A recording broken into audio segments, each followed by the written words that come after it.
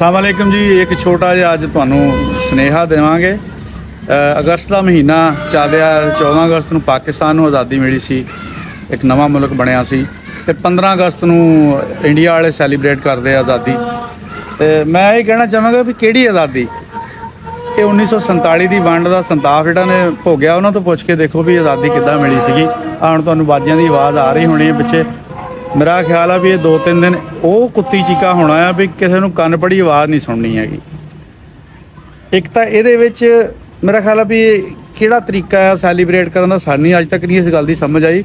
हाँ, ये जगह तुम ये कर सकते जिहड़े पैसे इन्हां दे लाने उत्थों नर्सरी चो जाओ, कोई बूटे लिया के लाओ।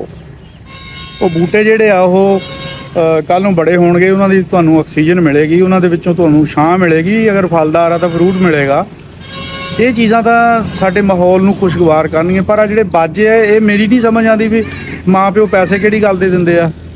जां ते उन्हां दे टब्बर चों कोई 1947 विच कोई अगे पिछे नहीं होया जां कोई दुनिया तो नहीं गया हैगा। वो इसे तरह आके जे 2 किले सी उन्होंने 5 किले मिल गए होगे, उन्होंने तो फायदा मिलिया। जिन्हां दीयां ज़मीनां भी पूरियां नहीं मिलियां उन्होंने पुछ के देखो कि आज़ादी का संताप सी किस तरह चलिया। दूसरी गल किहड़ी आज़ादी ते किहड़ी ये अपना सैलीब्रेशन। अज किते बाहर दे मुल्क सानू बार्डर खोल देण ते 1947 तो वड्डी हिजरत होवे, पाकिस्तान खाली हो जाए, पाकिस्तान च रहण लई कोई नौजवान तुहानूं इत्थे नज़र नहीं आएगा। सारी दुनिया इत्थों बाहर चल जाएगी जिहड़े मुल्क के हालात होए आ।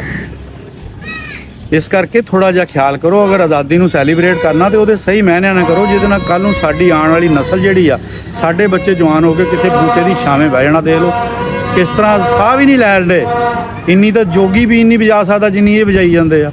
2 कौमी नज़रिए दे पाकिस्तान बनया सीगा, लेकिन 2 कौमी नज़रिए दियां धज्जियां बखेर दित्तियां आ। अज 2 कौमी नज़रिया उन्होंने कहा जाता है जिहदे विच गरीब लई कानून होर आ ते अमीर लई कानून होर आ।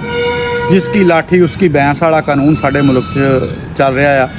तो गोरियां तो आज़ाद हो के असीं इन्हां दे गुलाम हो गए आ। सानू तो आज़ादी नहीं मिली हैगी, साडा तो खून पी लिया महंगाई ने। जालम जाबर जिहड़े लोग साडे ते मुसलत होए उन्होंने अपनी अयाशियां करन लई सारे टैक्स जिहड़े गौरमेंट ने साडे ते लाए आ ते असीं फिर 14 अगस्त नूं आज़ादी मना रहे हैं जी। ये साडा हौसला ही आ, फिर असीं फिर भी अपने आप नूं आज़ाद समझदे हां। वीडियो चंगी लगी तो इहनूं शेयर कमेंट जरूर करियो।